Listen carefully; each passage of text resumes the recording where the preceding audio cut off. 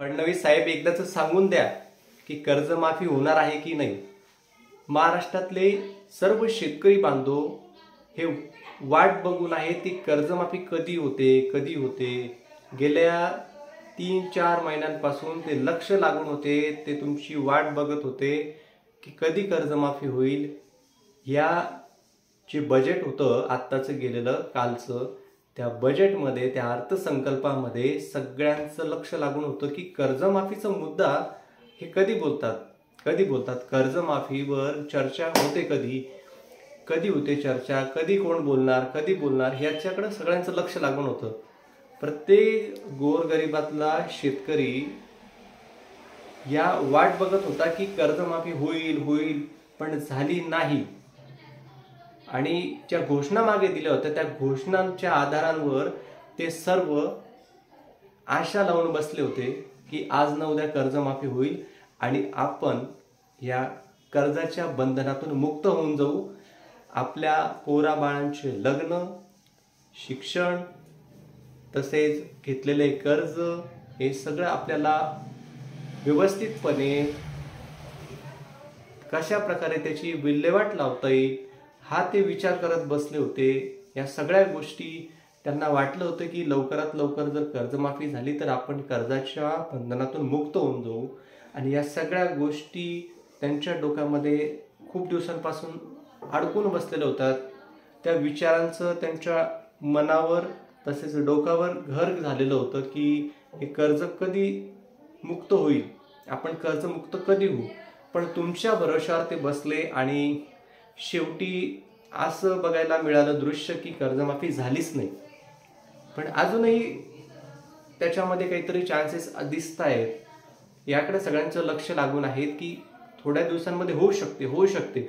पण एकदाच तुम्ही सांगून द्या की होणार आहे की नाही, जेणेकरून जे महाराष्ट्रातले जेवढे पण शेतकरी आहेत ते आशेवर बसणार नाही, परत त्यांच्या पुढच्या वाटचालीकडे ते प्रवास करतील, जेणेकरून त्यांचा पुढे भविष्यात काहीतरी फायदा होईल आणि त्यांच्यावर जेवढं काही ते कर्ज आहे, जेवढे काही ते विचार चालू आहेत त्याच्यातून ते मुक्त होतील। नाहीतर अकोला जिल्ह्यामध्ये तुम्ही बघा जाऊन, तिथले जे शेतकरी एक बांधव आहेत त्यांचा जीव गेला। कशामुळे तर मागच्या भाषणात आपण सांगितलेलं होतं की कर्जमाफी होणार या आशेवर बसून त्यांनी भरपूर दिवस वाट बघितली, पण लवकर कर्जमाफी झाली नाही। त्यातल्या त्यात नंतर घोषणाबाजी झाली की होईल, नंतर झालं नाही। ह्या गोष्टींच्या आधारांवर भरपूर दिवसांपासून ते लक्ष ठेवून होते आणि त्यांना वाटलं की आज ना उद्या होऊन जाईल। एवढं 2.5-3 लाख रुपये जे कर्ज आहे ते आपण कसं फेडणार, आपण एकटे ते कसं करणार, आणि तो काही प्रकार झाला नाही, आपल्याला बघायला मिळालं नाही।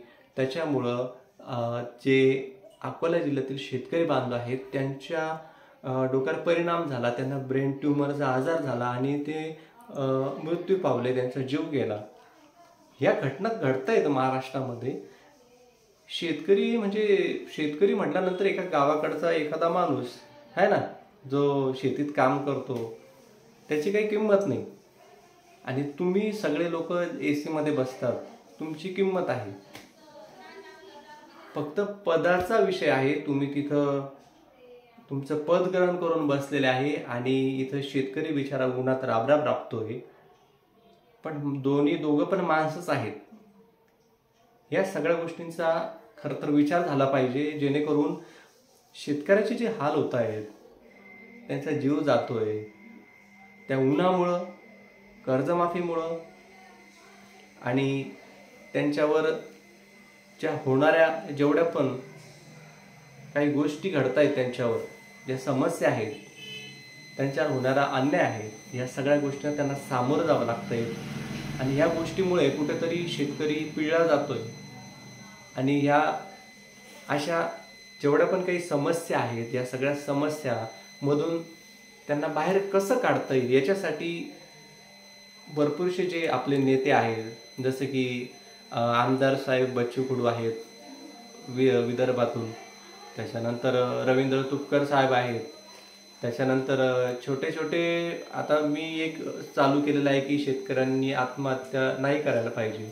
त्याच्यानंतर त्याच्यावरचं जे लोन वगैरे आहे, जे कर्ज आहे, कर्जमाफी असो, आत्महत्येचा ज्यांचा प्रश्न असो, अशा भरपूरशा ज्या समस्या आहेत याच्यासाठी मी त्यांना वारंवार चांगल्या गोष्टी सांगत असतो. पण मी एकट्याने सांगून होणार आहे का हो? याच्यासाठी तुम्हाला जर कर्जमाफी करावीच लागणार आहे. कर्जमाफी जर तुम्ही केली तर शेतकरी चांगल्या प्रकारे जीवन जगू शकेल. शेतकरी मित्रांनो, तुम्हाला पण सांगून ठेवतो की तुम्ही जास्त बर्डन घ्यायचं नाही. कर्जमाफी झाली नाही झाली जास्त ताण घ्यायचा नाही. कायद्यामध्ये असं दिलेलंच आहे, संविधानात असं दिलेलंच आहे की शेतकरी हा जगाचा पोशिंदा आहे आणि त्याला तुम्ही जास्त त्रास नाही देऊ शकत. तुम्ही शासनाने शेतकऱ्याला सांभाळलं पाहिजे असं संविधानातच दिलेलं आहे. शासनाचं कामच आहे शेतकऱ्यांना सांभाळणं, कारण की शेतकरी हा आपल्यापेक्षा डबल मेहनत करून ते अन्नधान्य पिकून आपल्याला पुरवतो. आपल्यालाच म्हणजे काय पूर्ण जगाला पुरवतो. तर त्याच्यावर कुठलाही अन्याय झाला नाही पाहिजे यासाठी संविधानातच नमूद केलेलं आहे. तर त्या आधारावर तुम्ही चालून ही कर्जमाफी करावी ही मी तुम्हाला विनंती तर करतोच आणि सांगतो सुद्धा की तुम्ही करायलाच पाहिजे, जेणेकरून ज्या आत्महत्या आहे महाराष्ट्रातल्या त्या मला बघावल्या जात नाहीयेत. त्या कुठंतरी मनामध्ये खंत करतायत, त्रास होतोय. त्याच्यामुळे मला हा व्हिडिओ बनवायचा वाटला आणि लवकरात लवकर कर्जमाफीच करावी. मी ह्याच मुद्द्यावर शेवटपर्यंत राहणार आहे, जोपर्यंत होत नाही तोपर्यंत. आणि जे काही मला कॉल येऊन गेले बँकेतल्या सर लोकांचे, म्हणजेच शेतकरी बांधवांनी तिथे जाऊन दिले, कोणी म्हणतायत की मी तुमचं बोलणं त्यांच्याशी करून देतो. ते खूप कॉल करतायत, खूप परेशान करतायत. तर भरपूरसे जे कर्मचारी असतील बँकेतले त्यांच्याशी पण मी संवाद साधतोय की त्यांना मुदत द्या किंवा कर्जमाफी होईपर्यंत थांबा. कारण की त्यांच्यावर जी आलेली वेळ आहे ती खूप कठीण वेळ आहे. या वेळेला त्यांना फेस करावं लागतंय, त्रास सहन करावा लागतोय आणि याच्यातून बाहेर काढण्यासाठी कर्जमाफी ही झालीच पाहिजे. कारण की आपण दिवसेंदिवस बघत चाललोय की कुठे कुठे काय काय प्रकार घडतायत. ते प्रकार सगळे थांबले पाहिजे. आपण एवढ्या मोठ्या मोठ्या व्यापाऱ्यांना जर कर्जमाफी देतोय तर आपल्या बिचाऱ्या शेतकऱ्याला का नाही? तर हा सगळा प्रकार लवकरात लवकर थांबवून आपल्या महाराष्ट्रातल्या शेतकरी बांधवांना कर्जमुक्त करावं एवढीच माझी विनंती आहे तुम्हाला. विनंती ती करतोच मी, पण तुमचं काम आहे की तुम्ही लवकरात लवकर कर्जमाफी करावी आणि सगळ्यांना सांगून द्यावं की कधी होणार आहे नाहीये, जेणेकरून बिचारी शेतकरी बांधव तुमच्या आशेवर बसणार.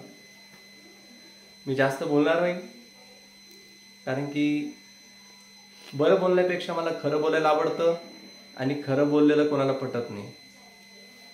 भेटूया लवकरच पुढच्या व्हिडिओमध्ये. तोपर्यंत धन्यवाद.